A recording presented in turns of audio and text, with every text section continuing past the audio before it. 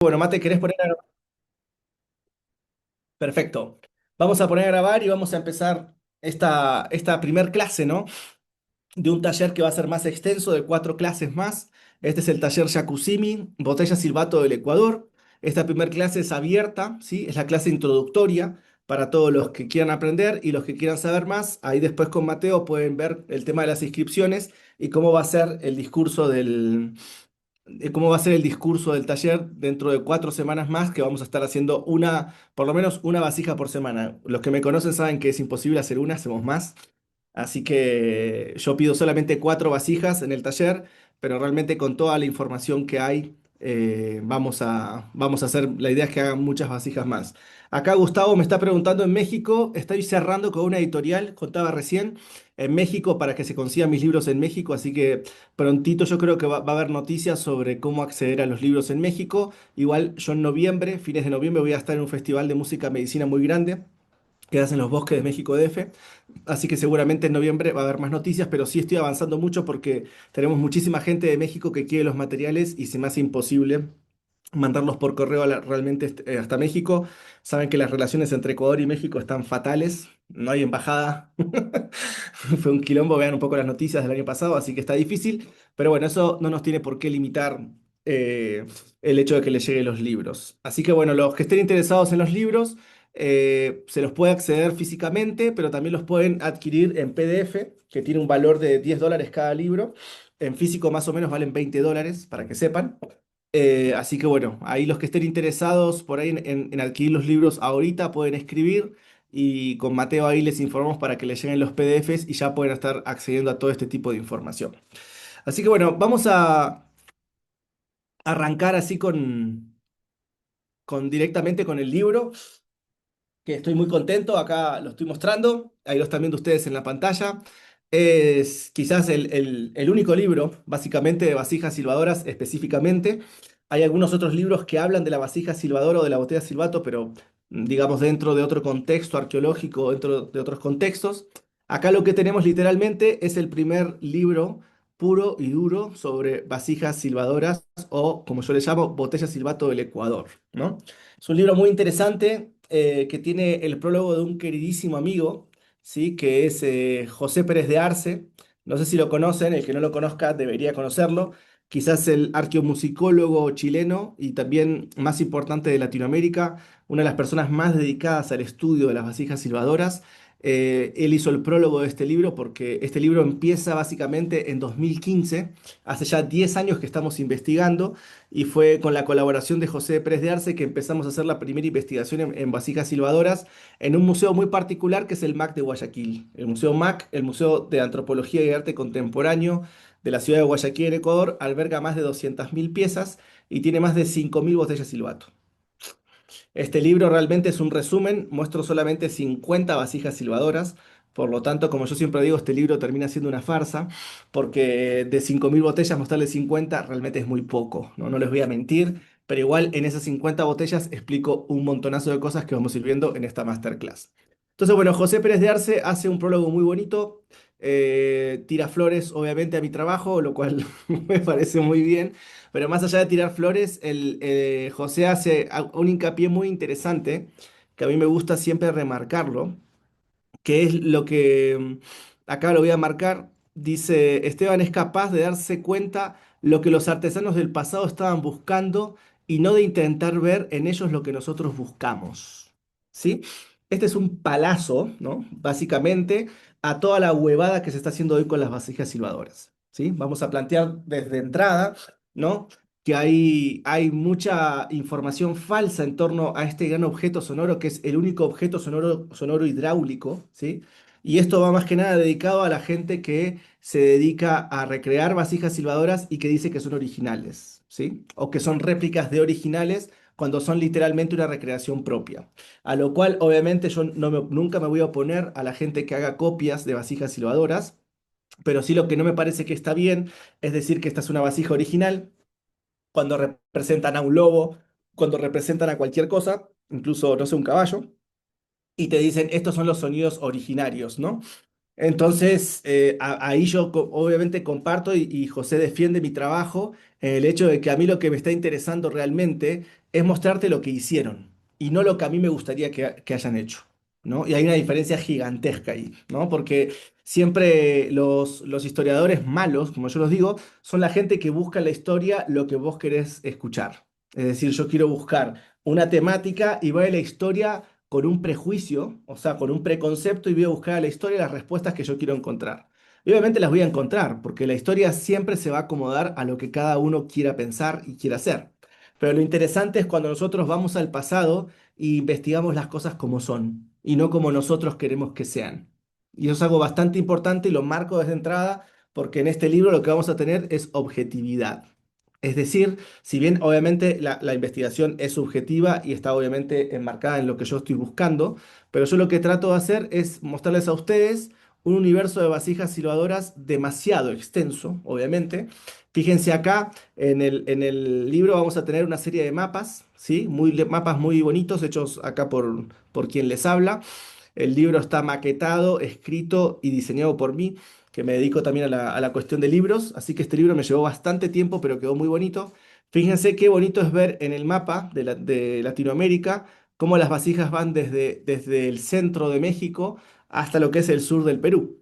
Vamos a tener básicamente unas 20, 25 culturas que se han dedicado a la construcción de un objeto que ya vamos a ir clarificando qué es, pero fíjense que lo vamos a tener representado desde hace más o menos 2000 años antes de Cristo hasta el 1500, aproximadamente unos 3500 años de desarrollo continuo de un mismo objeto, por lo cual estamos refiriéndonos a las botellas silbato no como un instrumento, sino como una gran familia de instrumentos, y yo creo que es la familia de objetos sonoros que más tiempo pasó en las manos de los alfareros americanos por miles de años transformándose continuamente.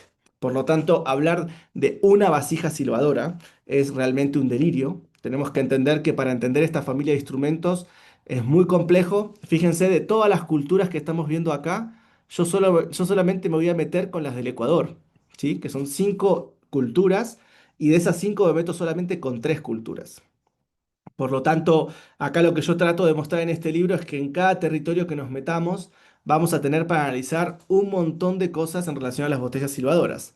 Entonces es importantísimo entender que este simple pero súper complejo objeto sonoro fue el más difundido en toda América y por sobre todo el que más se sostuvo en las manos de los alfareros y alfareras desarrollándose y cambiando formas. ¿Sí? Fíjense qué interesante: México, Guatemala, Colombia, Ecuador, Perú son principalmente hoy los 5 países, pero son territorios en realidad, en donde vamos a trabajar estas cuestiones. Fíjense que la mayoría son costeras, es decir, vamos a trabajar con un objeto que funciona solo con agua y por lo tanto la mayoría de las culturas que van a desarrollar estos instrumentos y quizás la primera en fabricar, que fue la cultura chorrera en Ecuador, van a ser culturas de la costa del agua. Entonces ahí va a haber una relación bastante interesante en el origen de este instrumento. Pero sigamos, fíjense acá, vean qué interesante, acá vamos a ver rápidamente un gráfico sintético, pero que nos sirve para ver la cantidad de modelos y de formas que tiene la vasija silbadora, la botella silbato, en las diferentes regiones que les mostré. Acá ya lo vemos directamente en objetos.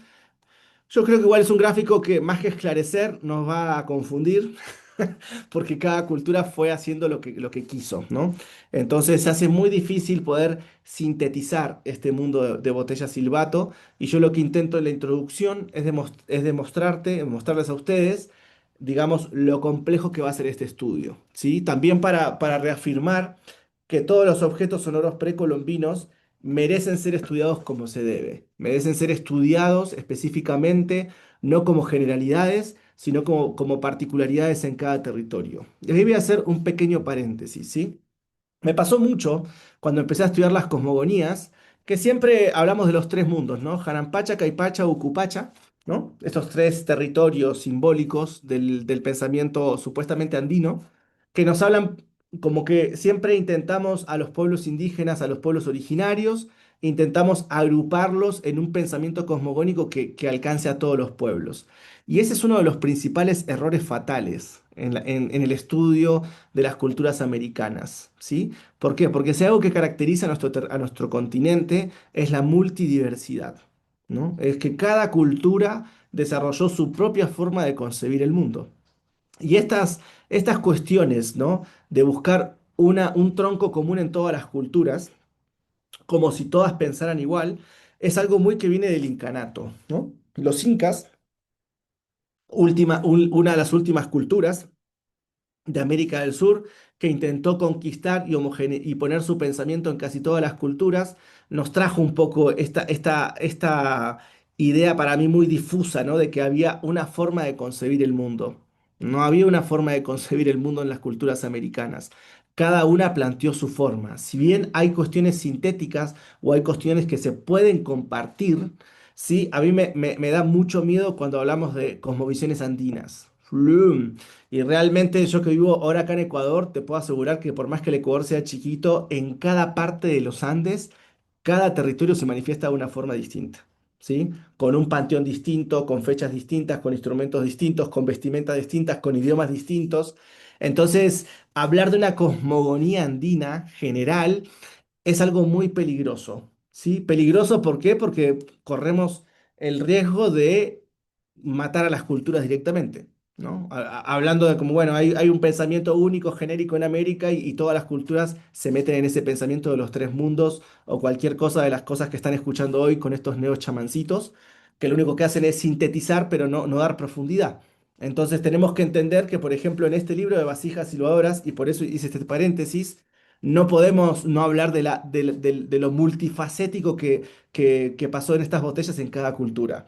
Cada cultura vio algo distinto en este objeto. Por lo tanto, para ser más completo, tendríamos que hacer un libro de Perú, un libro de Ecuador, un libro de Colombia, un libro de los mayas y quizás un libro de México.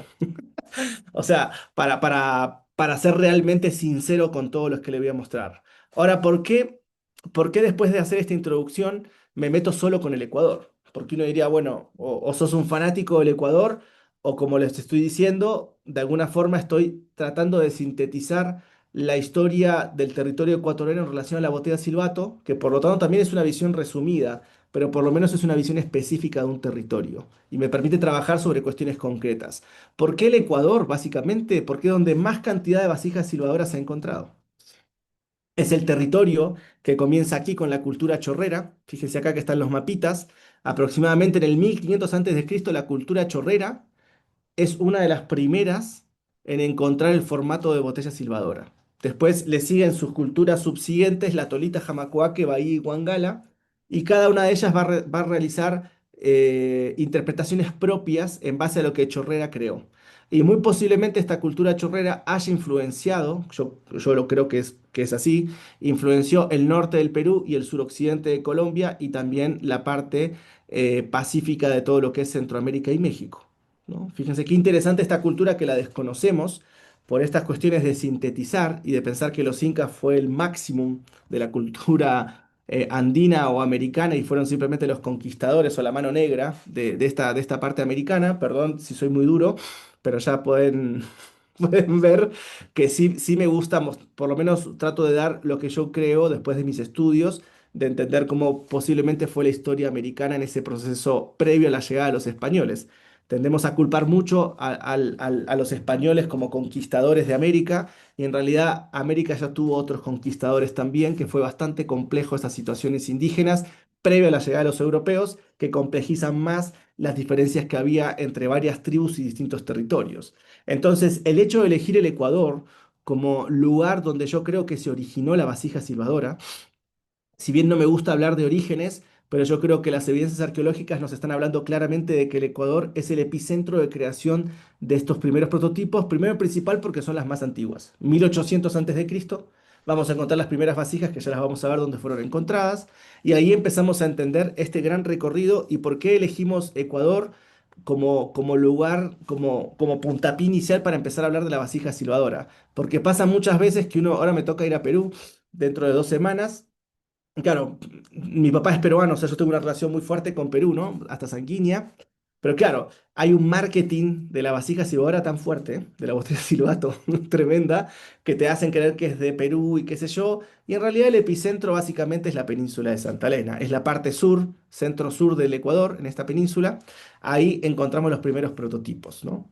Entonces, acá vamos a ver un poco este libro mm, va a tener unos 6 capítulos, ¿no? Bien bonitos, bien interesantes, donde voy a explicar el desarrollo de la vasija silbadora en el Ecuador precolombino. esta forma de administrar el conocimiento y de crear una metodología de investigación, creo que son los aportes más grandes que estoy haciendo a la arqueomusicología actualmente, que es generar metodologías para investigar algo ininvestigable. ¿Mm? ¿A qué me refiero con esto? En Ecuador podemos estar hablando de más de 15.000 a 20.000 botellas silbato, ¿sí? Entonces, ¿cómo hacemos para entender tanta cantidad de piezas con tanta información, con edades distintas, con lugares geográficos distintos? Y fíjense que ahora ya me metí solamente en Ecuador y Ecuador es un quilombo, ¿no? Imagínense hablar de la botella silbato en toda América. Es un delirio, ¿no? Básicamente es un delirio porque es tanta la cantidad que hay, ¿no? Que tenemos que de a poquito empezar a organizar territorio por territorio para después tener una visión global. ¿Qué es lo que digo con esto? Que obviamente van a salir otros libros próximamente. Por ejemplo, en septiembre sale el libro de Colombia, en donde hay un capítulo extenso de vasijas silbadoras colombianas para empezar a organizar ese mundo de vasijas silbadoras, que no es tan extenso como el que pasó en Ecuador, pero también tiene un desarrollo muy propio que merece ser estudiado. Y ni hablar en Perú, que ahora me voy a Perú en 2 semanas y empiezo un poco a investigar o a empezar a darle forma a este territorio peruano con las vasijas silbadoras. Fíjense lo difícil que es estudiar esto, ¿sí? O sea, entiendo también las visiones sintéticas, pero lo sintético hay que tener mucho cuidado, ¿sí? Porque cuando sintetizamos estamos perdiendo lo más bonito de nuestro territorio, que es la multiculturalidad. Y como cada cultura expresó algo que va a ser lo fundamental de este libro, ¿no? Que es el culto al agua, ¿no? Vamos a arrancar en el pilar de este taller, que es básicamente entender este concepto, que es el origen de la botella silbato, pero entenderlo desde lo primigenio. ¿Qué nos muestra la arqueología desde hace aproximadamente 6.000 años? Que el ser humano cuando descubre la arcilla, cuando descubre la cerámica, lo primero que empieza a recrear, ¿sí? Son objetos, ¿sí? Para contener líquidos. No se empezó con una pieza ritual o qué sé yo. Se fue algo muy concreto, contener el agua. Eso fue lo principal. ¿Por qué? Porque cuando empezamos a estudiar las sociedades nómadas, cazadores-recolectores, vamos a empezar que sabían cultivar y lo que cultivaban ellos eran metates. No cultivaban tanto para comer, sino que cultivaban materiales orgánicos para contener líquido. ¿Por qué? Porque la contención del líquido es una de las bases de la vida. Sin agua nos morimos. Es tan fácil como eso o también como sin aire. Pero en este caso nos vamos a meter en lo fundamental que es el agua. Entonces, cuando se crea digamos, cuando se crea esta primera parte, vamos a encontrar algo interesante y les voy a ir mostrando de paso para que vean. El libro básicamente tiene 2 horas y media de documentales puestos, ¿no? Paren que voy a poner acá, perdón. Uy. Tiene 2 horas de documentales, ¿sí? En donde vamos a ver un montón de documentales que están solamente para la gente que adquiera el libro y vamos a empezar a meternos en algo interesante que es lo que me interesa del libro, es que ustedes puedan ver el material. Por ejemplo, acá estoy en el Museo MAC de Guayaquil y lo que estoy mostrando, vean aquí, son de los primeros prototipos de contenedores de líquidos, ¿no? Fíjense ahí qué bonitos y miren lo que es la copia, ¿sí? De todo lo que son envases fitomorfos, es decir, copias de vasijas que tienen que ver con formas de plantas, ¿no? Es decir, las primeras vasijas, estas son machalilla chorrera, tienen 3.000 años antes de Cristo, 5.500 años. Y fíjense la finura que tiene esto, que es una copia exacta de lo que es una calabaza, un metate o este tipo de objetos fitomorfos. Por lo tanto, vamos a ver cientos y miles en los museos, porque en el principio de la cerámica lo que se buscaba era la contención. La cerámica sirvió para contener, no tanto después se hizo ritual, pero al principio fue básicamente contenedora. Y por el principio de contención, lo primero que se copió fue lo que se obtenía en la naturaleza, que eran estos materiales orgánicos que se perdían en el tiempo. Pero lo que tiene la cerámica, a diferencia de los materiales orgánicos, es que le permite mantenerse por un montón de tiempo. Entonces, esta función de contener líquido va a realizar que aparezca este primer prototipo. Este primer prototipo de vasija, que es Valdivia Machalilla, hace 5.000 años, empieza a mostrarnos básicamente un recipiente globular con un pequeño gollete o pico que nos permite contener agua y poder trasladarla de un lugar a otro.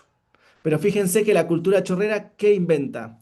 ¿qué hace a diferencia de las otras culturas? Lo que va a hacer, va a crear el primer prototipo de vasija silbadora, que es el que está acá en el que tengo acá en la mano. Es un prototipo súper interesante que tiene que ver, ahí voy acá, ahí está.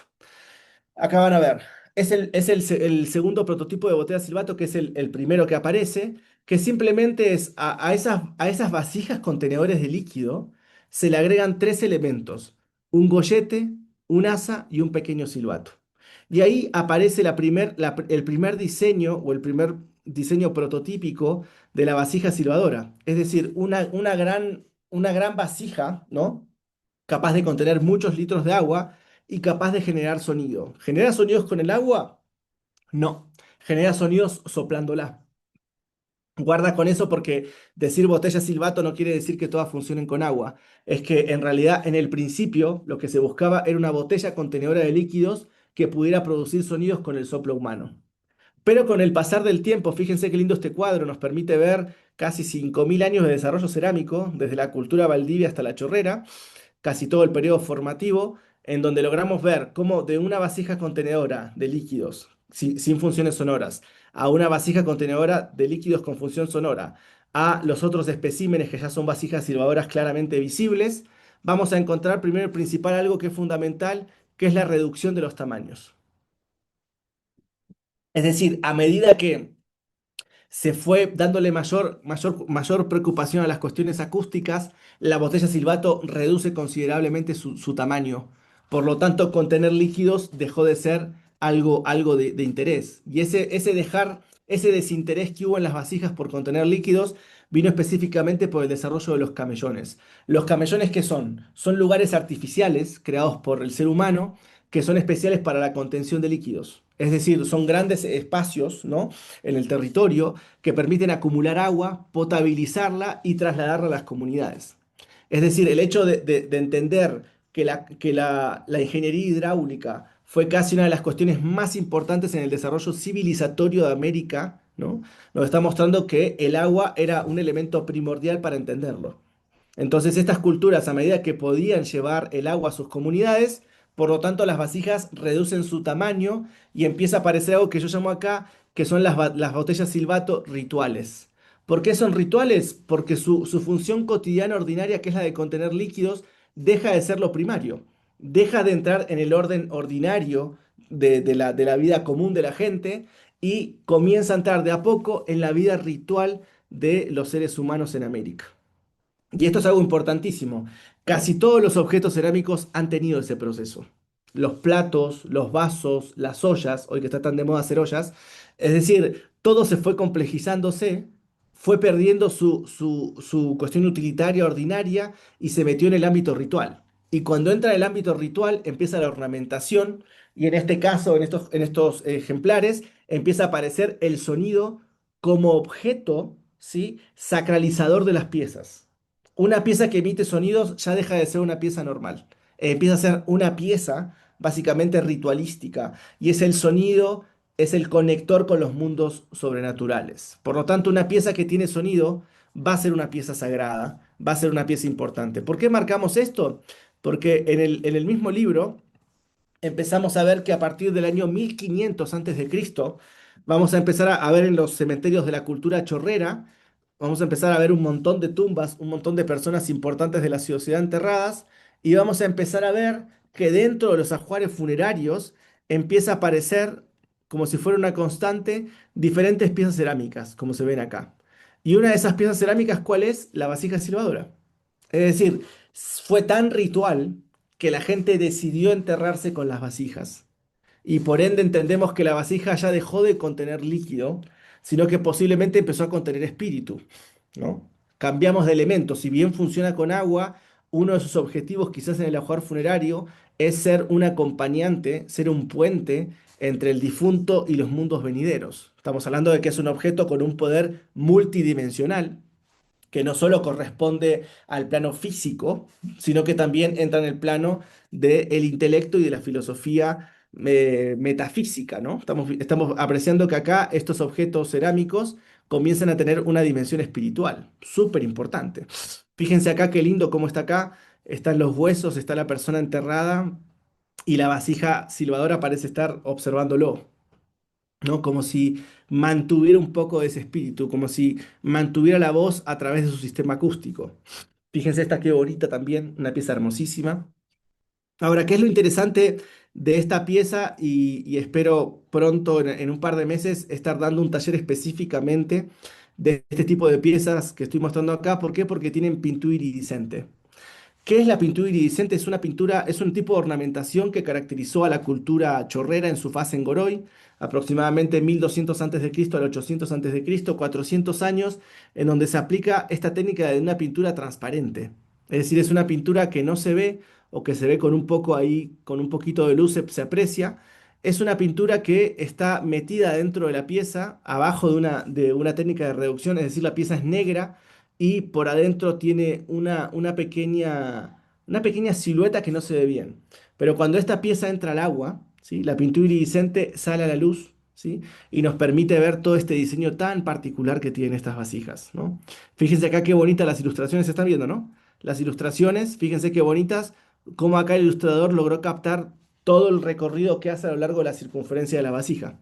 Entonces nos hace pensar que estas vasijas, básicamente, que estamos viendo acá, fueron pensadas realmente para poner el agua. ¿Por qué? Porque la pintura iridiscente es reactiva con el agua. Entonces, cuando la ponemos en el agua, la pintura empieza a brillar, ¿no? Se empieza a hacer visible a través de una iridiscencia que solo va a generarse con el contacto con el agua. Por lo tanto, nos está indicando que estas vasijas son para poner en el agua. Son para meterlas en el agua y empezar a generar este juego metafísico entre la tierra y el mundo de los espíritus, que yo creo que estas vasijas empiezan a tener este significado tan especial. Ahora bien, cuando empezamos a trabajar este universo de vasijas silbadoras, empezamos a notar que la cultura chorrera, que fue la primera en definir el arquetipo de la vasija silbadora, que para repasar un poco, porque sé que son muchos conceptos, acá vamos a tener un poco el resumen de básicamente qué es técnicamente o teóricamente qué es una vasija silbadora, qué es una botella silbato. Es muy fácil.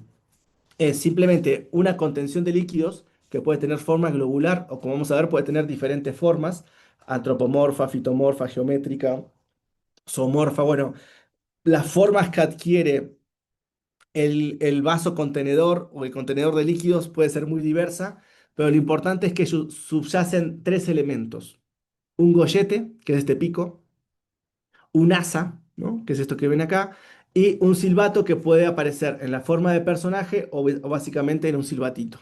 Entonces, la vasija silbadora podemos decir que básicamente es un contenedor de líquidos, ¿no? Es una vasija contenedora abierta por un pico, un asa y un pequeño silbato con forma de animal, humano o lo que sea.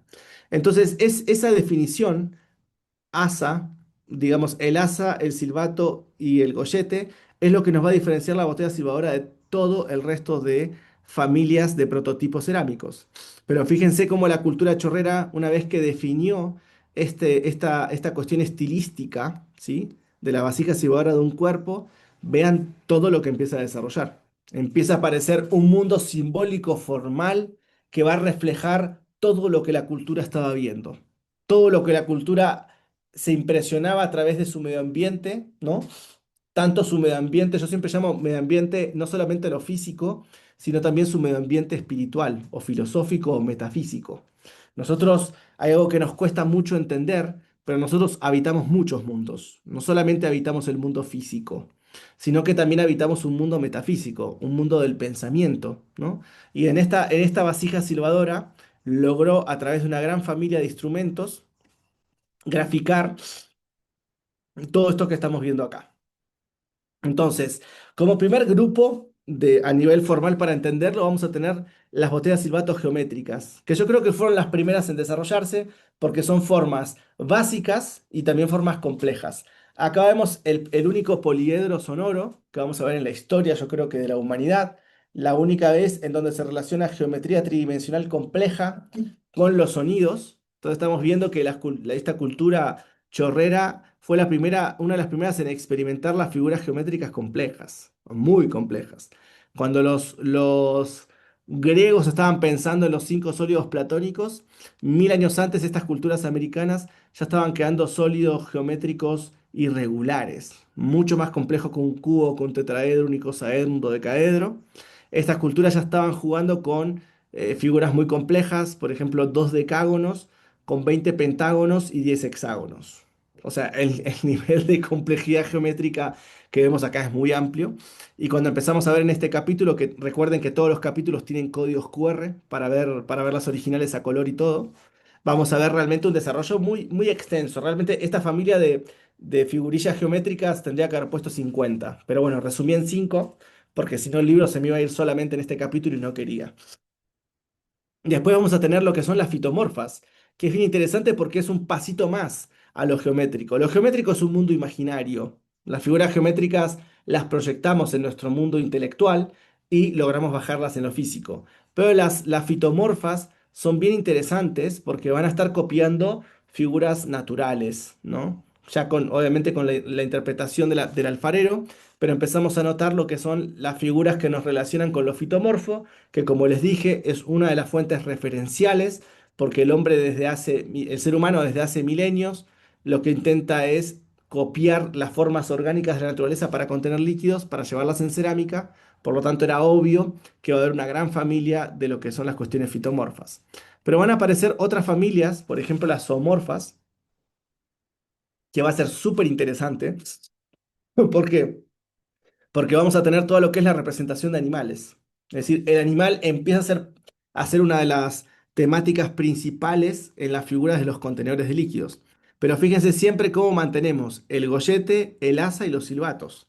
Siempre vamos a mantener esa uniformidad en todas estas cuestiones, ¿no? Es decir, puede cambiar el formato morfológico del envase que va a contener líquidos, pero la estructura de la vasija silbadora a subyacer en todos los demás estilos. Fíjense acá las antropomorfas, interesantísimo este grupo de vasijas.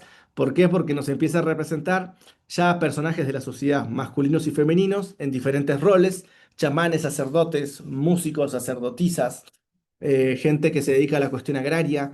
Vamos a encontrar realmente una infinidad de roles sociales en donde la vasija silbadora empezamos a ver que es básicamente no solamente contenedora de agua, sino contenedora de símbolos e imágenes. Por eso es tan importante la vasija silbadora, porque no solamente la tenemos que estudiar desde el punto de vista formal.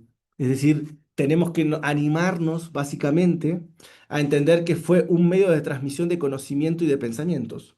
Por lo tanto, si solamente vemos a la vasija silbadora como una vasija que produce sonidos, yo pienso que nos estamos quedando un poco corto en el análisis, porque realmente es más lo metamusical que está representando la vasija es lo que toma cuerpo en estos objetos. Entonces, les como que pongo un freno ahí porque a veces yo siento que mucha gente viene y dice, bueno, yo quiero hacer la vasija que suena así como pajarito, qué sé yo, pero bueno, hay que entender que esta familia de instrumentos nos va a llevar a replantearnos un montón de cuestiones relacionadas con la musicología o cómo fue concebido los sonidos en la antigüedad.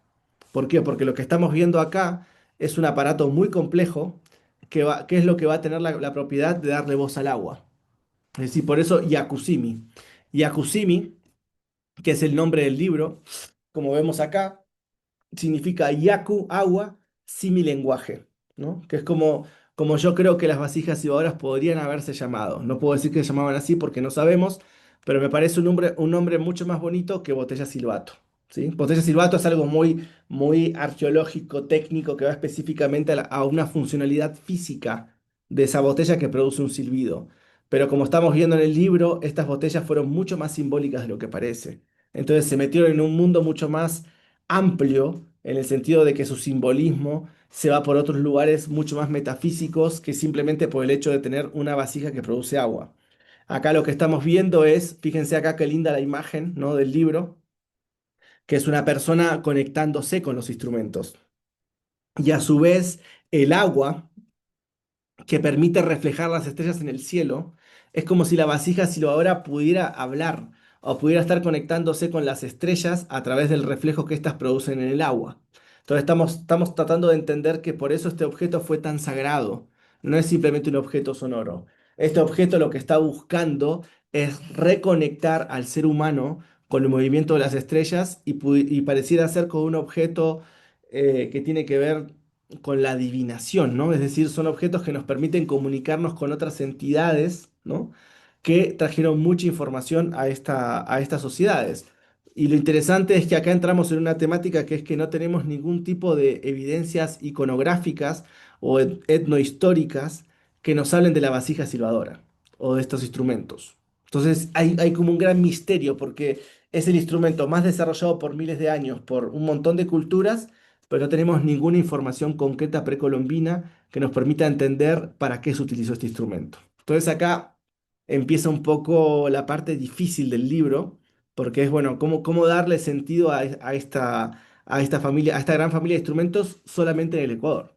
Entonces fíjense que los primeros tres capítulos del libro van a hablar exclusivamente de botellas silbadoras de la cultura chorrera de un cuerpo que por lo general no van a producir sonido con el agua, sino que van a ser simplemente piezas que suenan solo con la acción del soplo humano, ¿sí? Pero los siguientes tres capítulos, que ya los vamos a ir viendo, van a ser tres capítulos que se van a meter de lleno en las botellas silbadoras que funcionan con agua, ¿sí? Entonces, acá hago una gran distinción, ¿no? Entre vasijas que suenan con agua y vasijas que no suenan con agua. ¿Por qué? Porque la mayoría de las personas van directamente a las que suenan con agua. ¿Por qué les gusta? Bueno, porque hay como una gran fascinación en torno a que el agua pueda generar un sonido. Pero si nos fijamos acá, para que aparezca una vasija silbadora que produzca sonido, se necesitó 3.000 años. Y esto hay que entenderlo, porque a veces somos tan resumidores, ¿sí? Que no vamos a valorar realmente el tiempo que llevó esto, ¿sí? Uno piensa que de un día para el otro se les ocurrió que el agua genera un sonido en una vasija. No, empezó en la cultura Valdivia en el 6000 antes de Cristo. Continuó en Machalilla en el 3000 antes de Cristo, toma cuerpo en el 1500 antes de Cristo con los Chorrera y recién en el 500 antes de Cristo empiezan a aparecer las primeras vasijas silbadoras con sistemas acústicos hidráulicos, ¿no? Entonces, va a aparecer algo interesantísimo, porque como les venía diciendo, la mayoría de vasijas silbadoras de estas primeras épocas no producen sonido. ¿Por qué? Porque el sistema acústico está expuesto. Es decir, el sistema acústico de las vasijas silbadoras de la cultura chorrera no tiene ningún recubrimiento, por lo tanto es muy fácil que se rompa, ¿no? Si nosotros vemos acá estos ejemplares que son bien antiguos de la cultura chorrera, el silbato está sobre el asa y fíjense que está generalmente destruido el silbato. Por lo tanto, no podemos recuperar el sonido, lo podemos recrear, pero es muy difícil encontrar una vasija silbadora de la cultura chorrera que logre tener sonido, ¿no? Entonces, hay muchas interpretaciones. Puede haber pasado que quizás no quisieron que sonaran y solamente imitaban la forma de un silbato, pero realmente cuando vemos en radiografías y en cuestiones más técnicas, realmente está hecho para que suene. Pero bueno, con el pasar de los tiempos, más de 3000 años enterradas bajo tierra, es normal que esos pequeños silbatitos lleguen a romperse, ¿no? Pero apareció algo en el 500 antes de Cristo, bien interesante, que va a recibir el nombre de cabeza resonante, ¿no? Que es el nombre del cuarto capítulo. ¿Qué es la cabeza resonante? Básicamente es el silbato adentro de un recubrimiento. Fíjense acá qué interesante en este objeto que parece más bien una arquitectura más que una cabeza. Hacemos la radiografía y fíjense que hay un gran silbato, ¿no? Aprovechen este libro que está lleno de radiografías. ¿Por qué? Porque la radiografía nos permite ver por dentro en los sistemas acústicos internos que están ocultos. Entonces, en esta cabeza, en estos recubrimientos, en estas cámaras ornamentales que han tenido diferentes formas, como ya vamos a ver, cuando hacemos radiografía, fíjense el silbato que aparece. Aparece un silbato, un gran silbato adentro de esta cabeza que va a generar un montón de cuestiones. La primera y principal es que la cabeza resonante va a proteger el silbato y por lo tanto son las únicas vasijas silbadoras que podemos recuperar su sonido. Como el silbato está dentro de una cabeza de un personaje, nos va a permitir poder escuchar los sonidos originarios. Y acá es donde me meto más que nada el taller que vamos a hacer a partir de que empezamos hoy, pero que para los que se inscriban, vamos a meternos de lleno en las vasijas y boras que funcionan con agua, ¿sí? Estos tres primeros capítulos, que es la introducción, los voy a explicar y cada uno los puede ver, pero básicamente no me meto mucho en vasijas y boras de un cuerpo, porque lo que me interesa es, en este caso, la voz del agua, es empezar a ver cuándo las vasijas silbadoras empiezan a tener sonido con el agua. ¿Sí? Y necesitaron 3.000 años para darse cuenta de que había una diferencia de presiones internas del aire entre el agua y el aire que permitía accionar un silbato. Entonces empezamos a ver en estos prototipos de botellas silbato de dos cuerpos, estas cabezas de personajes, generalmente pájaros, seres míticos o incluso personajes humanos, como vamos a ver más adelante, que adentro de su composición vamos a ver un silbato. Fíjense este que es uno de los ejemplares más bonitos del Ecuador. Cuando hacemos las radiografías, vamos a ver que adentro de la cabeza llena de agujeros hay un silbato. Es decir, el silbato se mete adentro de la cabeza de los personajes y por lo tanto, ¿qué aparece? Uno de los clímax a nivel ornamental y a nivel simbólico de la pieza. Es una persona que está hablando. Es decir, adentro de la cabeza de este pajarito, de este ser mítico, de este ser humano, aparece la propiedad de generar sonido. Entonces, imagínense en esa época, hace unos 3.000 años, el hecho de que una pieza pueda producir sonido solo, que tenga la representación de un ser y que de adentro de su boca salgan una serie de sonidos mágicos. Obviamente este instrumento fue totalmente mágico para la época, fue un objeto ritual. Entonces el sonido es lo que... Uy, ¿qué pasó? Se metió una raya azul ahí. El sonido es lo que nos permite entender... Ahí está. Es lo que nos permite entender que acá lo que tenemos es una ciencia tecnológica muy destacada.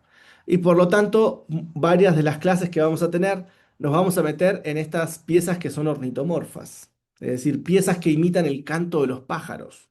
Una temática que le vamos a dar una clase exclusiva junto con Darío Rocha, que es un especialista en bioacústica del Ecuador, y nos vamos a meter de lleno en el mundo de los pájaros. ¿Por qué? Porque a medida que fuimos investigando, vamos a ver que la mayoría de las vasijas para pájaros tienen paredes con agujeros.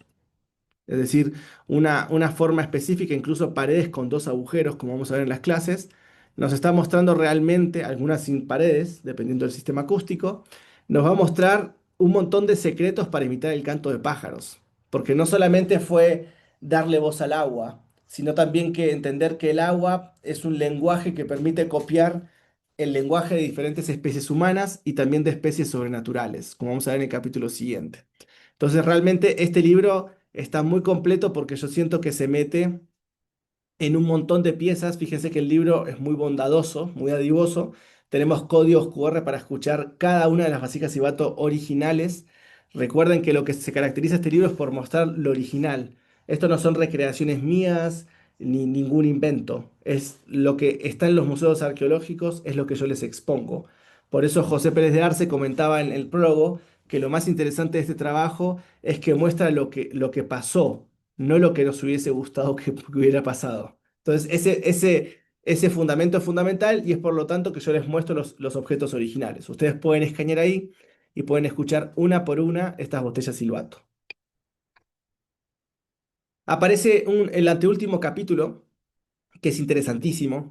Este capítulo a mí me voló la cabeza porque es un tipo de botella silbato que se mete, el quinto y sexto capítulo es directamente botella silbato con representaciones antropomorfas. Es decir, llega en su clímax, la vasija silbadora directamente se relaciona con hombres y mujeres de poder. Es decir, con chamanes, sacerdotes, sacerdotisas y con gobernantes y gobernantas, ¿no? Es interesante mostrar acá porque esta va a ser sin duda quizás la clase más compleja porque vamos a ver lo que son botellas silbadoras de tres cuerpos o botellas silbadoras de dos cuerpos con la capacidad de producir dos sonidos en simultáneo. Es decir, acá lo que aparece es el sonido binaural, el sonido bitonal, es decir, dos sonidos que una misma vasija puede producir en diferentes formatos. Entonces, lo interesante de este capítulo es que vamos a ver formatos distintos, vasijas triples o dobles, pero que su cuestión, digamos, la característica que las unifica es la capacidad de producir dos sonidos en simultáneo. Por lo tanto, vamos a ver en el libro una serie de códigos QR para ver documentales específicos sobre estas vasijas. El libro se lo súper recomiendo, no porque lo haya escrito yo, sino porque tiene demasiada cantidad de material. O sea, 2 horas y media de videos, casi un largometraje documental en donde explico absolutamente todo. Y son más de 10 años filmando y metiéndome en las reservas para mostrarles los sonidos originarios de estas vasijas silbadoras. Entonces, fíjense acá qué bonito este personaje que es un sicuri. En esta parte de la parte de la panza, ¿no? Del estómago, va a tener dos silbatos, ¿no? Dos silbatos duales, ¿no? Que van a tener una característica compleja, la vamos a ver en la anteúltima clase. Es bien difícil este sistema acústico, no es fácil para nada. Es quizás de las vasijas más complejas que vamos a tener, pero lo interesante es que si se fijan, la mayoría de los personajes van a tener una relación simbólica con la serpiente. Y la cultura bahía, que es una cultura del 500 antes de Cristo, 500 después de Cristo, exactamente en la mitad del mundo en la costa, va a tener una relación muy fuerte con la serpiente. La serpiente va a ser quizás uno de los rasgos fundamentales de estos personajes que vamos a ver en ellos, algunos motivos que están acá. Siempre personajes con, eh, siempre personajes con serpientes en las manos, ¿sí? Y entonces eso lo que nos va a estar marcando es que comienza a haber una relación simbólica entre los animales de poder, entre los seres humanos de poder y el sonido dual, que lo vamos a ver en una clase bien interesante porque el sonido dual es la base, más es uno por fin, es la base de la acústica precolombina del Ecuador. Estamos en la mitad del mundo, por lo tanto el norte y el sur se unifican, es decir, estamos en la tercera tierra del planeta que unifica los polos y por lo tanto la mayoría de los objetos sonoros precolombinos del Ecuador van a tender a sonar de forma dual. Entonces está interesantísimo este sistema sonoro, ahí lo dice Leandro. Este es único, fue solamente desarrollado por la cultura bahía y lo desarrollaron ellos solos. Y si se fijan, empezamos a entender por qué Ecuador es tan importante, ¿sí? Porque tiene un montón de desarrollos acústicos en torno al mismo objeto que es una vasija que funciona con agua. Entonces acá tenemos este ejemplar que creo que es el que mejor suena y el más bonito de todos, ¿no? Estamos ahí. Acá está el ejemplar. Acá está digamos, las 10 vasijas que investigué para armar este capítulo. Recuerden que todos los capítulos tienen, al final de cada capítulo tenés un catálogo de piezas en donde te muestro cuál fue mi base de investigación. Recuerden que yo soy magíster y doctorando en historia y arqueología, por lo tanto me gustan siempre las cuestiones académicas. Me gusta que estos libros realmente ustedes puedan entender y que no es un invento mío, sino que todas las conclusiones que saco son previas al análisis de una gran cantidad de vasijas que me permiten sacar ideas sintéticas, que me permiten explicar grandes grupos de vasijas silbadoras con una misma característica. En este caso, vendrían a ser los silbatos duales. El último capítulo del libro, que es interesantísimo, es el de vasos silbadores, ¿no? Específicamente es en la cultura jamacoaque. Por eso se llama la acústica hidráulica en la mitad del mundo. La cultura jamacoaque habitó en la costa justo en la línea ecuatorial y desarrolla un nuevo concepto de, de- de- de objeto sonoro hidráulico que básicamente ya no utiliza el formato de botella, sino que utiliza el formato de vaso. Es un vaso abierto conectado por un tubo hacia un personaje antropomorfo. Acá ya desaparece la noción de vasija, ya no estamos jugando con formatos contenedores de líquidos, sino acá lo que estamos viendo ya es un personaje. Un personaje que va a tener un sistema acústico justo en la nuca, como se va a ver en otras imágenes, y por lo tanto este es el último desarrollo formal que es disruptivo a todo lo que se venía haciendo desde hace 3000 años con la vasija silbadora. Hamakoake pone un poco el broche final, ¿no? Que ya es poner el sonido en el cuerpo humano.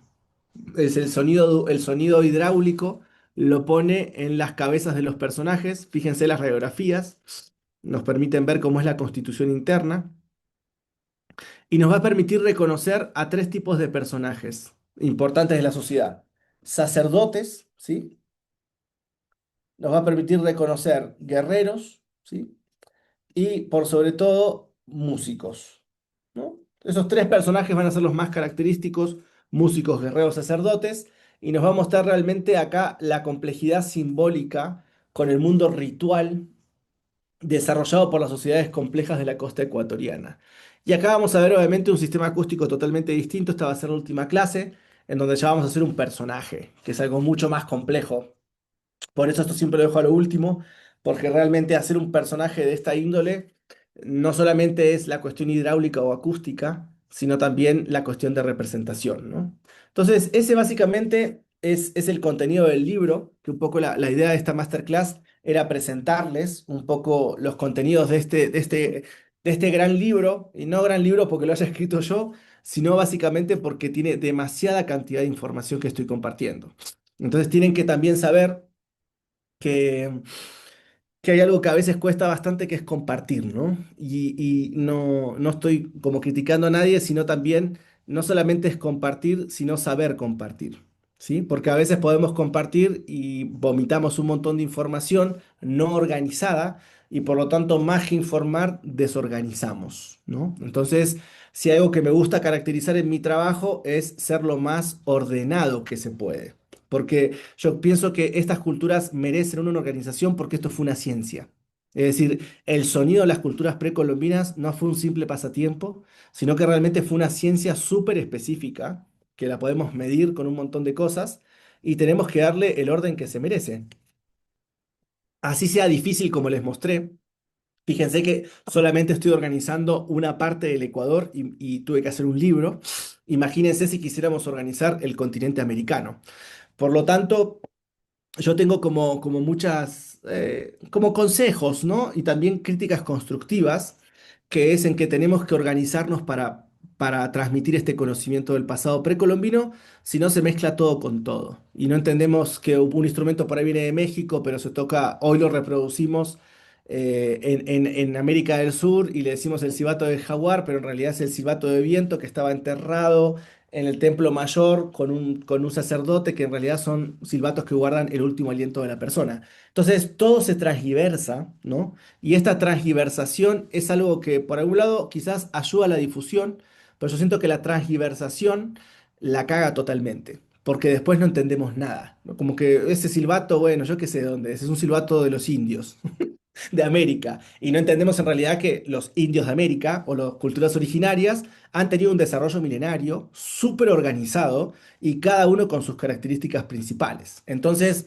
obviamente no le voy a exigir ese nivel de rigurosidad al público en general, pero yo creo que las personas que se quieran formar realmente en serio, hay que tomarse a la altura como corresponde a las culturas de América. ¿Sí? Y a veces es por ahí mejor centrarse en un pequeño territorio antes que abarcar más de lo que puedes abarcar. Porque como dice el dicho, y a mí siempre me pega duro, el que mucho abarca, poco aprieta. Entonces, entonces siempre es bueno ir agarrando pedacitos por pedacitos. Sí, obviamente ahí respondo ahí a medida que vayan preguntando. Se va a ver un tipo de pieza, vamos a recrear un tipo de pieza por cada clase, como estuve mostrando ahí. Entonces, los que quieran ingresar al taller, ahí tienen la información de qué es lo que vamos a ver en cada clase. Pero ¿a qué me refiero con esto? Que a veces hablamos de licenciaturas de América Latina, hablamos de un montón de cosas que son imposibles de abarcar, hay que ser sinceros, ¿no?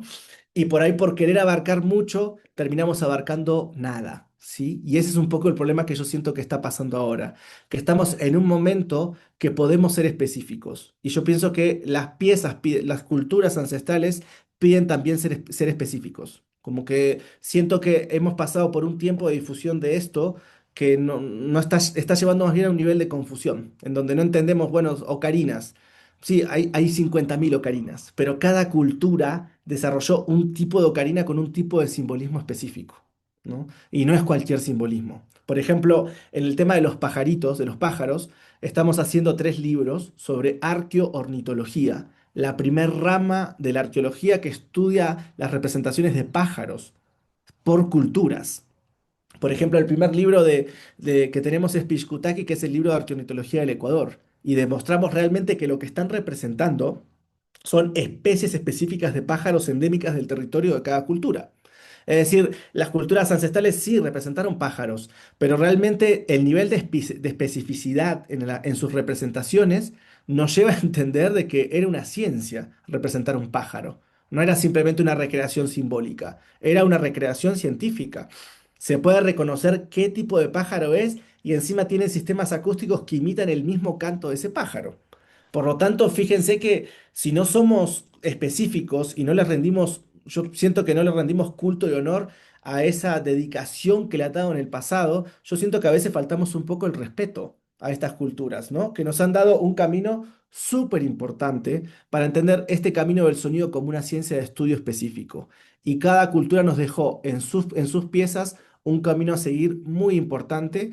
Y desde mi lado, como con los que se animen a meterse al taller y los que ya vayan conociendo mi trabajo, tratamos siempre de ser lo más riguroso que se pueda y lo más específico que se puede. Entonces, estos primeros 4 libros del Ecuador, que están disponibles a la venta para que los que lo quieran adquirir en físico o en digital, van a ver lo que es la primera enciclopedia que tiene un país en Latinoamérica. La primera enciclopedia de arqueomusicología que en este caso tiene Ecuador y que prontamente lo va a tener Colombia, ¿no? Vamos como avanzando por diferentes países para también que puedan entender realmente que cada cultura en cada territorio hizo cosas increíbles, pero impresionantes. Prepárense en septiembre porque se viene todo lo de Colombia y Colombia, puta, es un territorio también que nos va a pasar por arriba, porque Colombia unifica lo que es la descendencia del conocimiento centroamericano con la descendencia del conocimiento andino. Entonces en Colombia se da este sancocho, ¿no? Esta mezcolanza súper interesante que por ahí no pasa en Ecuador. Ecuador tiene raíces muy claras andinas y raíces muy costeras muy claras, pero no tienes ese contacto por ahí con Centroamérica. En cambio, Colombia empieza a ser esta mezcla tan compleja que Colombia fue complejo desde hace miles de años, no tiene una complejidad hace 40 años. Colombia es complejo por su propia naturaleza territorial. Entonces, sí, ahí dice Santiago Sancocho, yo también, yo la primera vez que probé un sancocho dije esto es Colombia, ¿no? Una mezcla de todo con cualquier cosa que es riquísima, pero no deja de ser una mezcla, ¿no? Yo siento que las culturas se reflejan mucho no solo en el sonido, sino también en la comida, ¿no? Entonces, ¿a qué me refiero con estos talleres que estamos haciendo y principalmente en este de vasijas silbadoras? Es que vamos a aprender a hacer vasijas silbadoras de un territorio específico, ¿no? Y eso es lo interesante de este taller. Es decir, nos vamos a formar, aunque sea en un territorio y que puede ser lejano, quizás para gente de México, de Argentina, de Chile, de otros países, pues les puede resultar lejano, pero en realidad va a ser la base técnica y teórica para poder encarar absolutamente después cualquier tipo de desarrollo acústico, ¿no? Así que ahí vamos a dejar un poquito de espacio para algunas personas que quieran comentar algo. Y también le doy paso a Mateo, que es el que, como ustedes ven, es el organizador máximo de esta escuela. Así que Mateo, si querés comentar un poquito del tema de las inscripciones del taller y bueno, para las personas que Sí, estén interesadas. bueno, buenas tardes, grupo. Aprovecho para hacer un paréntesis. Nosotros siempre en las actividades abiertas solemos tener una dinámica con ustedes y es que les pedimos sus correos electrónicos para hacerles llegar tanto la información del taller que estamos promocionando, de las actividades actuales que estamos promocionando, como la grabación de la clase. Y siempre les solemos hacer algún regalo de nuestra bibliografía, algún libro para que ustedes tengan, para compartir también conocimiento. Entonces, por favor, este mismo chat de Zoom por donde han estado enviando los mensajes, las preguntas, déjennos su correo electrónico. Asegúrense de escribirlo bien. Hay veces que a algunas personas no les llega porque ponen algún espacio o alguna letra mal. Entonces asegúrense de eso, de escribirlo bien, de dejarlo bien. Y ya con eso les van a estar llegando los contenidos. Las inscripciones van a estar abiertas durante todo este mes. Sin embargo, yo les recomiendo en este periodo de esta y la siguiente semana inscribirse mientras puedan, ya que también les vamos a estar regalando el nivel 1 de la voz del agua, que también es una formación muy extensa. Hay varias botellas, como dice Esteban, hay un mínimo de 4, pero en realidad en esa formación también se enseñan muchas botellas más. Hay gente que Sí, ese nivel ha Mate, sacado, sí, hago un paréntesis ahí. Recuerden que todos los que se inscriban al taller van a recibir el libro en PDF, ¿no? Entonces, en ese libro hay más de 50 ejemplares. O sea, vamos a explicar los principios básicos para poder replicar cualquier botella silbato del Ecuador. Entonces ahí van a poder entender ahí esas cosas. Ahí está Rumi saludando. Sí, seguí, Mate. así es, así es. Realmente con la formación de la voz del agua nivel 1 más este nivel 5, incluyendo también el libro de botella Silbato del Ecuador, tienen para mínimo tranquilamente 5 meses de formación, teniendo en cuenta la cantidad de contenido que se tiene. Hay gente que se ha tardado eso solamente en un taller, hay gente que lo ha hecho mucho más rápido, también depende de qué tanta importancia le den ustedes en profundizar en la parte teórica, hay gente que solo le interesa la práctica y está bien también. Pero a lo que nos referimos es que aprovechen estas 2 semanas, ya que se van a estar llevando mucho contenido, se van a estar llevando dos formaciones, junto también con el libro en formato PDF. Entonces es una gran oportunidad. Y ya saben que cuando ustedes necesiten facilidad de pago en cuotas, me pueden también escribir y también les solemos dar esa facilidad también para que puedan realizar su inscripción. Yo también en el mail que les vamos a enviar, una vez termine la clase, les vamos a enviar un enlace directo conmigo para que se puedan comunicar por WhatsApp y ya si desean finalizar su inscripción directamente, vayan a ese enlace y les inscribimos. Así les hacemos llegar los contenidos. Para las personas del taller de La Voz del Agua, que yo sé que hay muchos que ya están presentes, que ya son parte, digamos, del grupo privado. Hoy les vamos a estar haciendo llegar el libro Botella Silvato del Ecuador en formato PDF por el canal de WhatsApp privado para que lo tengan en cuenta. Entonces eso, los esperamos en la escuela, realmente ya estamos muy contentos, hemos lanzado muchísimos talleres de La Voz del Agua, es nuestra formación más extensa y una que ustedes nos piden bastante. Entonces también esperamos que la disfruten. Ahí les dejo seguir con la reunión. Dale, mate. ¿Alguno tiene alguna pregunta o comentar algo? Ahí lo veo Leandro tomando mate igual que yo. Así que ahí bien, bien ahí los argentinos presentes, siempre con el mate arriba. Sí, Paco, ahí, todo tuyo. Ah, no, Paco, bueno, no sé, ¿quién conecta el audio? Paco, ¿estás ahí? Sí, saludos desde Nueva York. Un gusto increíble de oírle. Aquí tengo mi vasija de barro, mi vasija. Estoy en Central Park. Acabo de venir del Met. O sea, yo he hablado con muchas personas después de las clases con Esteban. O sea, nadie como Esteban. Esteban en verdad es una. Primero, que haya venido al Ecuador es una fortuna para nosotros. Eh, ¿cómo, cómo enseña? Él te da todo. O sea, es una de las personas que no se guarda nada. A veces es tan generoso que da miedo que le roben o algo. Muchos de los estudiantes le han cogido todas las ideas. Una de las preguntas que tengo es, no sé, porque yo siempre le adorno las vasijas, le adorno las pintadas, todo eso. ¿Existe medio más información acerca de eso? ¿O cómo Sí. estamos? Gracias. Sí, viste que comenté, Paco, el tema de la pintura iridiscente. La pintura iridiscente es una de las, digamos, de las ornamentaciones hacia el objeto, pero obviamente el objeto muy posiblemente haya tenido otras decoraciones. Por ejemplo, en la cultura quimbaya, calima, están ornamentadas con diferentes objetos de Tumbaga, que es esta mezcla de cobre y oro. Y, y entonces, sí, sí, sobre las ornamentaciones habría mucho que decir, pero lastimosamente, como siempre, los ornamentos es lo primero que se roba, nos queda muy poquito realmente de información. Entonces, sí, sí, pero sí voy a hacer hincapié en la pintura iridiscente. Incluso estoy contactándome con Esteban Orrala, que es el único ceramista actualmente en Ecuador que sabe hacer la pintura iridiscente, y estoy tratando de que logremos que nos enseñe esta teoría, ¿no? De volver a recuperar una de las ornamentaciones más importantes de este tipo de ornamentación. Pero sí, sí en el taller vamos a hablar bastante del tema ornamentativo, porque tiene mucho que ver, porque en realidad es el cuerpo del sonido, es el cuerpo. Ah, mira. Bueno, acá tenemos a uno de los mejores alumnos. ¿Querés mostrarme? Ah, no quiere. Bueno, ahí Karina, sí. Gracias, Paco. Hola, gracias Esteban. Un gusto realmente esta clase inicial, la primera vez que yo me uno. Y tenía una pregunta, no sé si capaz lo dijiste y no me quedó en la memoria. Todas las botellas que, bueno, que les dicen como de doble cámara, las dobles, son, se utilizan con agua. Eso es algo general de la mayoría de las culturas. Ujú. Sí, en general el doble cuerpo, ¿sí?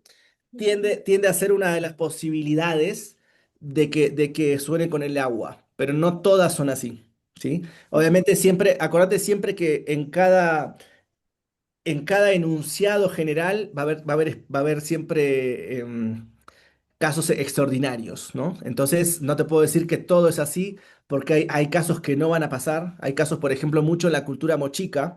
En el norte del Perú, por ejemplo, Chimú, Lambayeque, Mochica, la mayoría de las vasijas que tienen dos cuerpos no suenan con agua, por ejemplo. Y Ah, eso, ok. bueno, es complejo hablar de eso, ¿por qué no?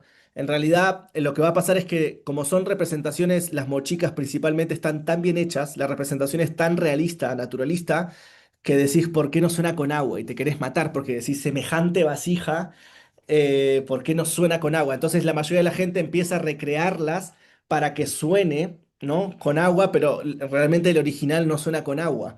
Entonces, bueno, obviamente hay especificidades que nos va a hacer explicar que cada cultura fue tomando su propio camino. Viste que yo hablé de eso al principio, que por más que uno trate de ser sintético o querer resumir, estamos de alguna forma también siendo bastante colonizadores, ¿no?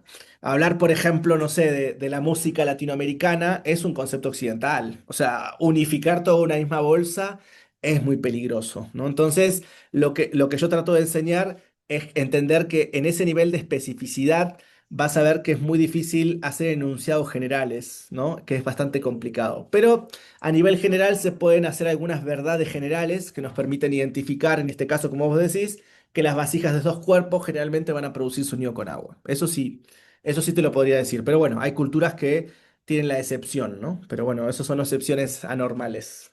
Ok, gracias. Bueno, ahí, por ejemplo, Aida hace una pregunta muy buena. Aida Mari Portilla Delgado y dice, tengo una pregunta. ¿Hay alguna relación identificada entre las vasijas y la labor del chamán, quizás como instrumentos terapéuticos? Esta es una temática súper interesante porque hoy la mayoría de estos instrumentos están planteados como instrumentos terapéuticos. Es decir, instrumentos que nos llevan a la relajación, a la meditación, a la conexión trascendental con plantas sagradas.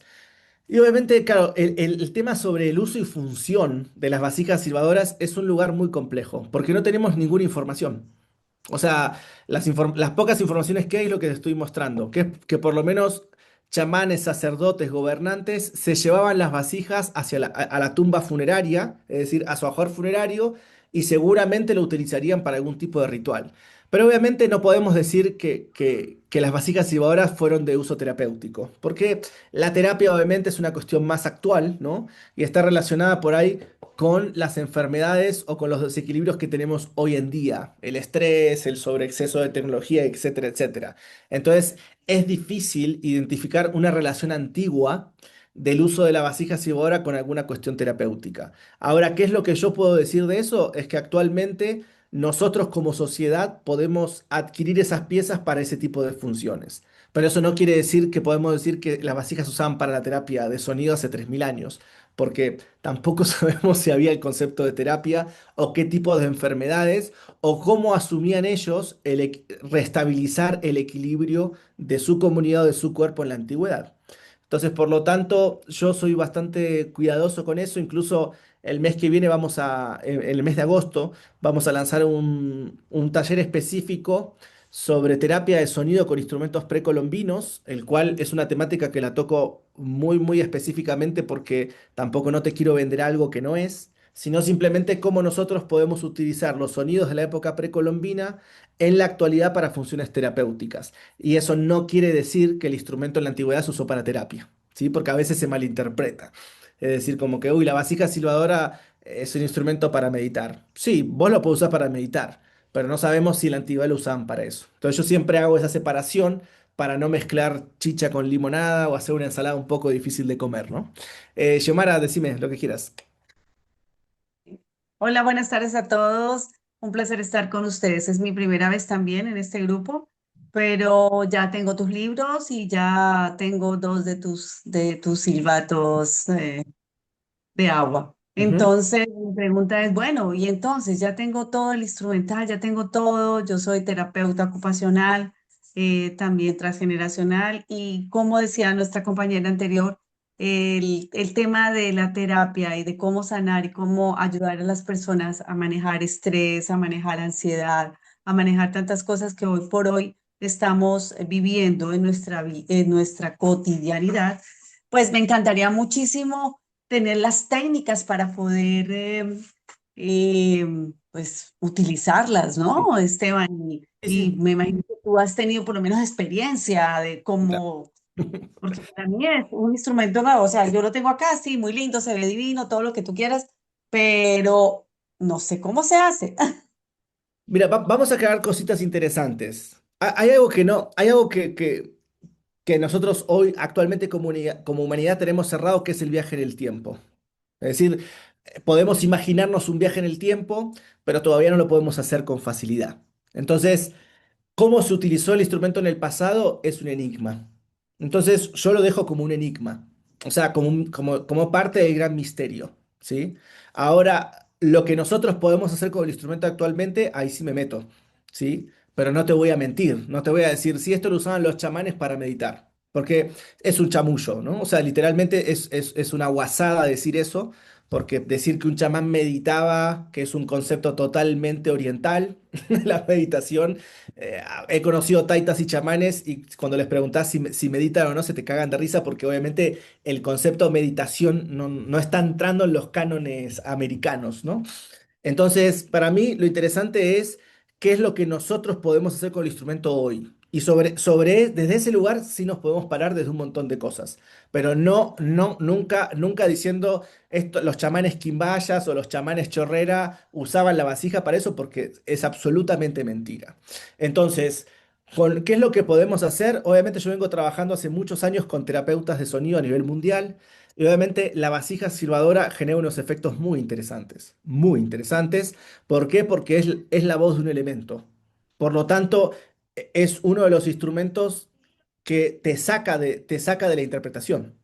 Vos no estás soplando, es el agua la que está soplando el instrumento. Por lo tanto, la conexión que va a haber con ese instrumento es directamente una conexión elemental. Es la voz de un elemento. Literalmente. Por lo tanto, le estamos dando, ustedes tienen que imaginarse a la vasija silbadora como una puerta dimensional elemental. ¿Sí? Cuando hablan viste que la gnosis y todas esas cosas hablan de conectar con las ondinas, con las cosas del fuego, o como digamos a nivel metafísico es muy interesante, pero acá lo que tenemos es una máquina desarrollada hace 3.000 años que permite conectarnos con el mundo de los elementales. ¿De qué forma? Directamente con el sonido. La acción del agua y el aire del fuego y de la tierra confluyen todos en este instrumento que nos permiten darle voz a los elementos específicamente. Por lo tanto, es una puerta de acceso a algo. Sí, ahora voy a explicar, Fede, eso, el tema del impacto.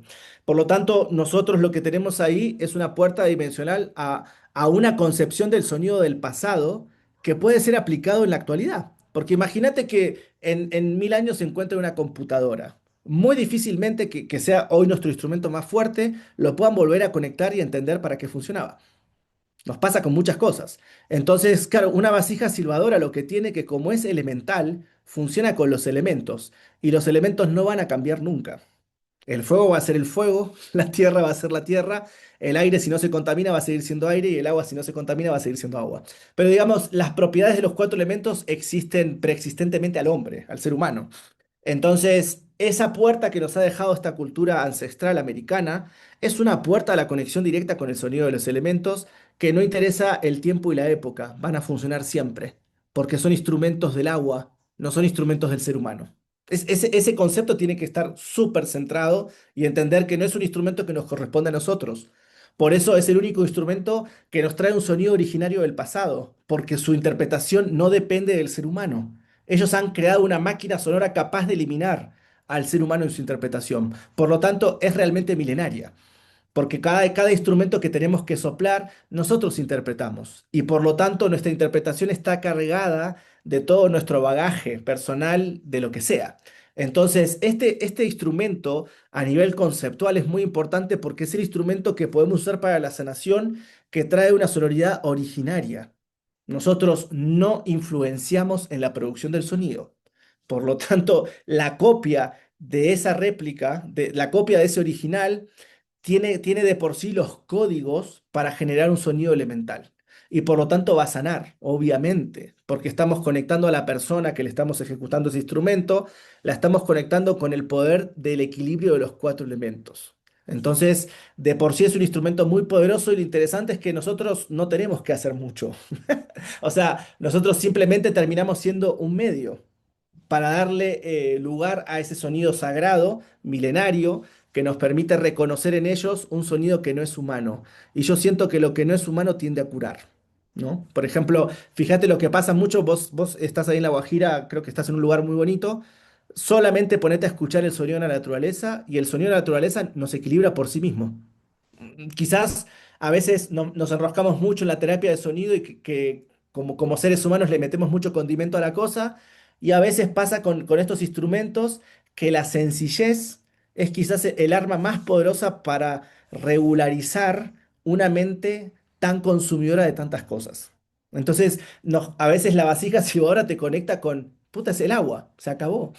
No hay mucha más vuelta que el agua. Y a veces esa sencillez de los pueblos americanos es realmente quizás el espíritu de ellos para sanar y para curar. Que no hace falta tanta parafernaria, no hace tanta aparatología, sino simplemente aprender a conectarnos directamente con el espíritu de la naturaleza, que puede ser mucho más sencillo de lo que nos parece a nosotros.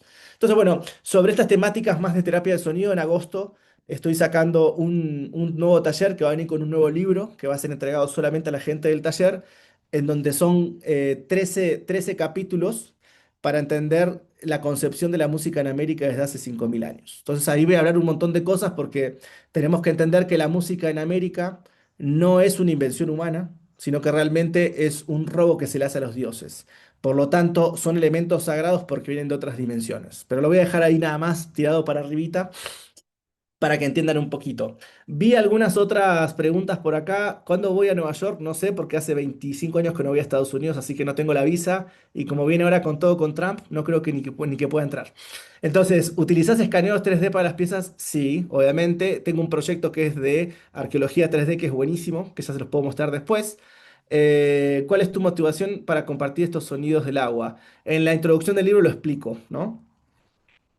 Lo hablo muy clarito en la introducción del libro y con eso vamos a ir terminando, porque hay algo que comento mucho en el libro y es que me pregunto realmente por qué hoy los instrumentos del agua aparecen. Estuvieron enterrados por miles de años y no nos damos cuenta que realmente hay un mensaje ancestral en esto, ¿no? Entonces, leo un parrafito muy rápido y acá hablo a reflexionar, ¿no? Digo, te invito a reflexionar conmigo sobre el despertar de estos objetos sagrados en este momento crucial de nuestra historia, cuando los recursos naturales y especialmente el agua están en peligro. No creo en ninguna casualidad. Siento que estos objetos sagrados viajan a través del tiempo para traernos un mensaje ancestral. Nos llaman a recordar la urgente necesidad de venerar los elementos, de restaurar el culto ancestral que nos conecta con ellos, ¿no? Yo creo realmente que la aparición de estos instrumentos ahora aparecen porque hoy estos instrumentos tienen una función vital, no solamente en la terapia del sonido, sino en la apertura de la conciencia. Estamos en un momento que si la cagamos para toda la humanidad. O sea, si nos metemos a joder con el agua, se acaba la vida. Entonces aparecen estos mensajes del pasado que yo no puedo decir que esas botellas hayan sido para nosotros, porque yo intuyo que estas vasijas van a perdurar mucho más que nuestra sociedad, pero hoy nos están diciendo, activemos de nuevo el culto al agua. O sea, tenemos que volver a tomar conciencia de que la naturaleza tiene que ser honrada, tiene que ser ritualizada, pero no un ritual por sí mismo, un ritual con conciencia. ¿Entendés? Y qué mejor conciencia que el sonido. Qué mejor ritual, ¿no? Que acceder a esos mundos superiores a través del lenguaje de los dioses, que realmente es la música y los sonidos. Entonces yo creo que lo que me motiva hoy es que yo siento que esas vasijas traen un mensaje, no me gusta el término esperanza, ¿no? Me suena muy Diego Torres, pero en realidad me parece que es un mensaje de tomemos conciencia y cuidado porque el agua, ¿no? Ha sido crucial en todas las épocas de la humanidad. Y no creo que seamos la única humanidad que haya tenido problema con los elementos, ¿no? Siempre ha habido problemas con los elementos y la gente encontró alguna forma, las sociedades, de encontrar una armonía en esa desarmonía. Por lo tanto, creo que estos instrumentos ahora nos están hablando de un mensaje muy, muy crucial, ni hablar que lo veo elevando ahí en la Patagonia, los líos que tienen entre el fuego y el agua, ¿no? O sea, estamos con unos problemas en todos lados que nos está mostrando que los elementos se están desequilibrando. Y quizás uno de los elementos más importantes de la antigüedad para equilibrar los elementos haya sido estas vasijas silbadoras que contienen la armonía de los cuatro elementos adentro de sí misma. ¿Qué más? Había alguien que me preguntaba investigar cómo impacta el sonido en el cuerpo. En diciembre que voy a estar en Argentina voy a hacer un trabajo de tomografía computada con mi papá, que él es dueño de un tomógrafo, y vamos a hacer unas ceremonias sonoras en el tomógrafo con diferentes personas para saber qué zonas del cerebro está impactando. Así que sí, sí estamos indagando bastante con eso, con mucha tecnología para saber realmente qué zonas del cerebro. Sí, sí, si querés venir, Fede, es en Mar del Plata, vos sabés que estamos ahí. Así que incluso vos podrías ser una buena persona para ponerte de ejemplo. Así que bueno, ¿alguna pregunta más? Pues ya estamos 1 hora y media. Sí, Estefanía, lo que quieras. Activar el micrófono. Ahí está, a ver. Hola. Hola, ¿cómo estás? En realidad lo que iba a decir es yo para ofrecerme como voluntario también en el tomógrafo, porque es de Mar del Plata, yo soy de Mar del Perfecto, Plata. es ahí en el HPC. Así que Pero está, estoy en Brasil ahora, así que esto es para diciembre. Pero bueno, ya el que esté está. ahí, Y te voy a mostrar, yo hice el curso con vos de las estatuillas sonoras de Mar del Plata y ahora estoy haciendo corazones sonoros. qué bonito. Y Muy toca. interesante. Espérate. A ver. No, no se va a escuchar, Estefanía, porque el Zoom tiene un problema ahí con el audio que no te deja escuchar. Pero bueno, ahí vemos Ah, ahí no la se oferta. escucha. No, no, porque tenés que poner una opción, pero no te preocupes, eso Ah, pasa siempre en el Zoom, no te preocupes. está, Qué está, está. bonito. Muchas gracias, Estefanía. Muchas De gracias. nada. Ahí está. Gracias. Un gusto. Bueno, preguntaban acá, por ejemplo, el agua de las vasijas, supongo que tiene que ser con agua pura o el agua, por ejemplo, de una piscina también. Sí, sí, en realidad cualquier líquido va a funcionar. Algunos ya van a pensar en sangre. No, obviamente las vasijas no fueron tocadas con sangre, no hay registros de óxidos adentro. Lo digo porque siempre, bueno, me toca mucho estar en Europa y siempre flashean, seguro las llenaban de sangre, ¿viste? Que siempre tienen un concepto muy caníbal, ¿no? Sobre las culturas precolombinas, ¿o no? En general, ni tampoco se ha visto con chicha o con estos delirios del cacao actualmente, sino simplemente se les ponía agua, ¿no? No hay registros digamos, no hay registros de otros líquidos que no sea el agua en las vasijas silbadoras hasta ahora encontrados, ¿no? Por lo menos en las vasijas silbadoras, que no fueron para contener líquidos nutritivos o con aminoácidos o en esas cosas. Es agua purita nomás. Seguramente se ha utilizado para meter en los ríos y lagunas y como vamos a ver en el taller, vamos a ver muchas más formas de interpretar, ¿no? Bueno, ¿alguien más alguna pregunta o si no ya vamos dando por terminada la clase, que se nos va alargando con todo? Agradecemos a las más de 70 y pico de personas que estuvieron conectadas hoy. Y bueno, es de alguna forma dar el inicio a este nuevo libro, a Yakusimi, que estoy muy contento. Me costó uno y la mitad del otro sacarlo. Y realmente estoy contento porque cada libro es un desafío para mí. Yo soy totalmente autogestionado, entonces dependo mucho de la colaboración de todos. Y por suerte estuve de gira en Colombia y vendí más de 300 libros, así que estoy muy contento por el apoyo colombiano realmente a una temática que quizás no es de Colombia, pero realmente el público colombiano apoya muchísimo las propuestas que llevo. Tuvimos todos los conciertos llenos, todos los talleres llenos, todas las conferencias llenas y logramos hacer realmente una venta muy buena del libro, que realmente en realidad es casi para pagar la edición. Ni siquiera gané mucha plata, pero por lo menos eso me permite poder seguir juntando plata para editar las nuevas ediciones. Y se viene la edición de Yakusimi en Argentina para que la puedan conseguir la mayoría de personas. Así que en diciembre, no, Leo, en 2 semanas sale en Buenos Aires. O sea, lo estoy editando con una editorial directamente de Buenos Aires que va a distribuir a todo el país. Así que en 2 semanas ya la gente de Argentina va a poder comprar el libro directamente en el país porque ya hay más de 150 pedidos, por lo tanto es imposible mandar tanta cantidad de libros desde Colombia. Así que directamente vamos a estar haciendo la edición en papel en Buenos Aires para distribuir a todo el país en Argentina. Así que bueno, ahí saludo a todos. Si alguien más quiere hacer un comentario, abierto, y si no, ya vamos cerrando la clase, Mateo. Perfecto. Mateo. Pues también agradecerles mucho por su presencia, siempre en otra actividad abierta. Ya llevamos también un tiempo sin una masterclass así como esta, abierta para ustedes. La idea también es darles una buena frecuencia. Estamos con buenas planificaciones para este año, como decía Esteban, también el taller de terapia de sonido que prontamente les vamos a estar dando más información. La idea es ya este mes estarles dando un poco más de info. Recuerden quienes no hayan dejado todavía, dejen su correo electrónico, importante, para que puedan recibir toda la información de todas nuestras actividades actuales, que sepan que también van a recibir un regalo de nuestra bibliografía y obviamente también la grabación de esta clase. Agradecemos muchísimo su presencia, también a las personas nuevas que sabemos que hoy en esta reunión estamos teniendo varias personas que nos están viendo y conociendo por primera vez de un trabajo que lleva varios años, entonces también agradecerles a ustedes, darles la bienvenida a esta comunidad. Así es. Bueno, gente, muchas gracias. Ahí veo caras conocidas que nos vamos a ver en Pisac. Así que se viene un gran encuentro de cerámica en Pisac del 1 al 7 de julio. Así que vamos a hacer algo bien interesante. Voy a estar presentando mis libros. Vamos a hacer unos conciertos con Taki Runa, que es un súper amigo de Perú. Así que bueno, recuerden siempre que está abierto ahí la comunicación. Las redes sociales las maneja Mateo, no soy yo. Ojo al piojo con eso.